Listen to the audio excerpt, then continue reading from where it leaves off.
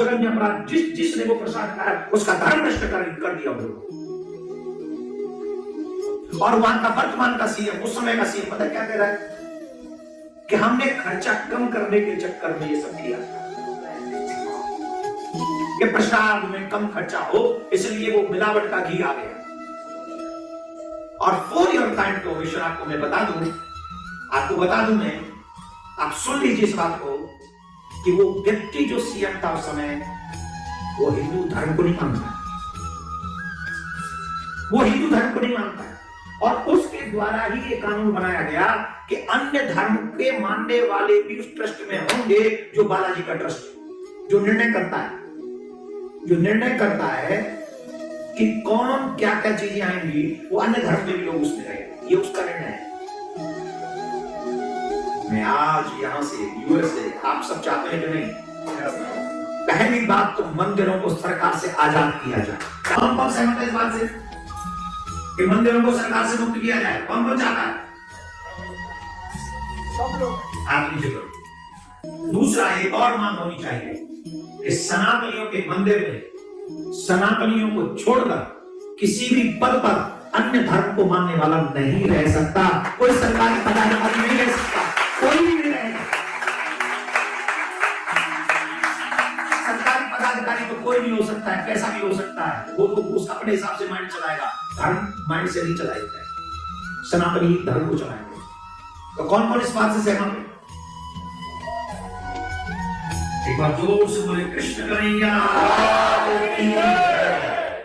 ये भी आप लोग टीवी पे न्यूज देख रहे होंगे कि तिरुपति में, तिरुमाला में, तिरुपति के उस पवित्र मंदिर में अष्ट बैकुंठ में से एक बैकुंठ है तिरुपति बालाजी। भू बैकुंठों में से, पृथ्वी पर 8 बैकुंठों में से एक बैकुंठ माना जाता है तिरुपति बालाजी को। अष्ट बैकुंठ में से एक बैकुंठ तिरुपति बालाजी के उस मंदिर में केवल उसका अधिपति बनाकर, उस ट्रस्ट का अधिपति बनाकर एक क्रिश्चियन को बिठा दिया।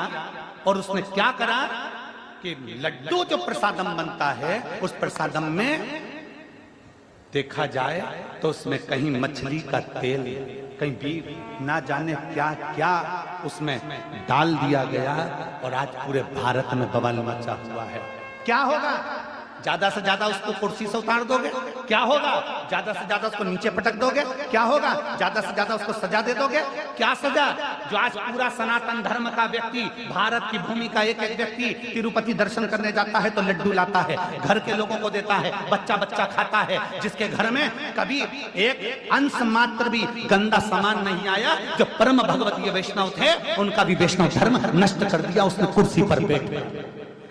उनका भी सनातन धर्म भ्रष्ट कर दिया उसने कुर्सी पर बैठकर। इसीलिए सनातन धर्म बार बार कहता है कि मंदिर बड़े बनाना तो उसके साथ में गौशाला 4 चौगनी बड़ी बनाना। क्यों? क्योंकि अगर मंदिर की गौशाला होती, मंदिर की गौशालाएं होंगी, बड़ी बड़ी गौशालाएं होंगी, तो मंदिर में जो गाय माता का दूध आएगा, उस गाय के दूध से घी बनेगा। घी बनेगा तो कितना भी लड्डू बना लो, उसमें गाय का घी चलता रहेगा।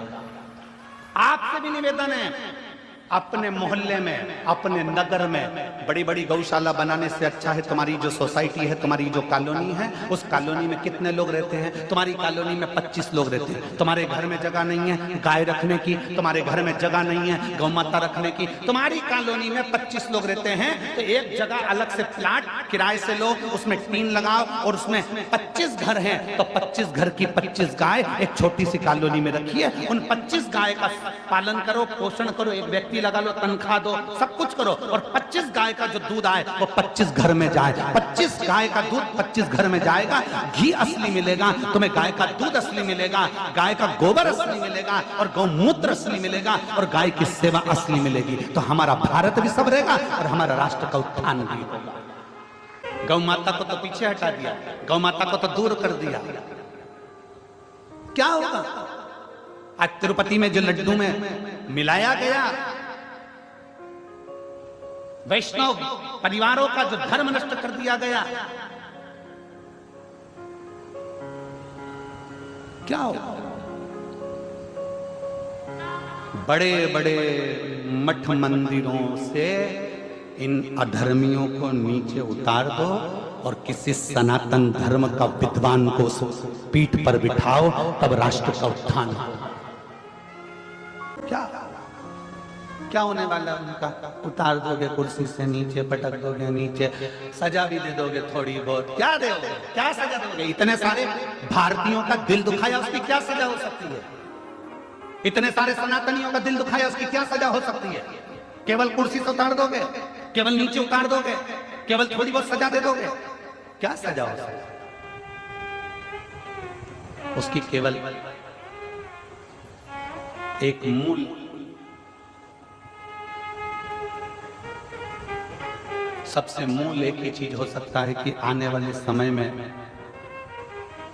सनातन धर्म को रक्षा करने के लिए सनातन धर्म का रक्षा का एक बोर्ड बनाया जाए, जिससे सनातन धर्म की रक्षा हो जाए और पूरा मठ मंदिर सब सनातन धर्म की रक्षा के अंतर्गत। बागेश्वर बालाजी महाराज की कभी अभी हमको जानकारी लगी है, दक्षिण भारत में तिरुपति बालाजी के प्रसाद में चरवी के घी का लड्डुओं का प्रसाद वितरण किया गया था या प्रसाद लगाया गया।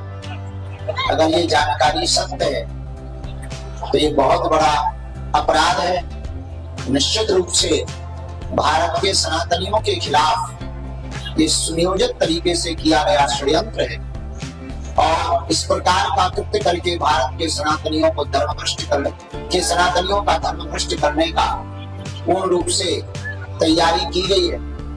हम तो चाहेंगे कि वहां की सरकार सख्त से सख्त कानून बनाकर उन दोषियों को फांसी की सजा देवे। अगर भगवान के प्रसाद में चर्बी का प्रयोग किया गया या मछली के तेल का प्रयोग किया गया, इससे बड़ा वर्तमान में भारत में कोई दूसरा दुर्भाग्य नहीं हो सकता। इसकी बारीकी से जांच हो। हम तो सरकार से भी कहेंगे तो शीघ्र अति शीघ्र अब सरकार को हिंदुओं के मंदिर हिंदू बोर्ड के अधीन कर देना चाहिए,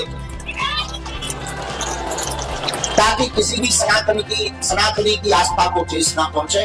हमें सुनकर के बहुत मन हमारा दुखी हो रहा है और हम चाहेंगे यत्र तत्र जितने भी तीर्थ स्थल हैं वहां पर बारीकी से सभी सनातनी जांच करवावें। दोबारा इस प्रकार की यह घटना पुनः ना हो, इसके लिए सभी हिंदू एकजुट होकर के तैयार रहे और मंदिरों को अब जो है सनातनियों के मंदिरों के ही अधीन कर देना चाहिए, वरना ऐसी स्थितियां निर्मित होती ही रही।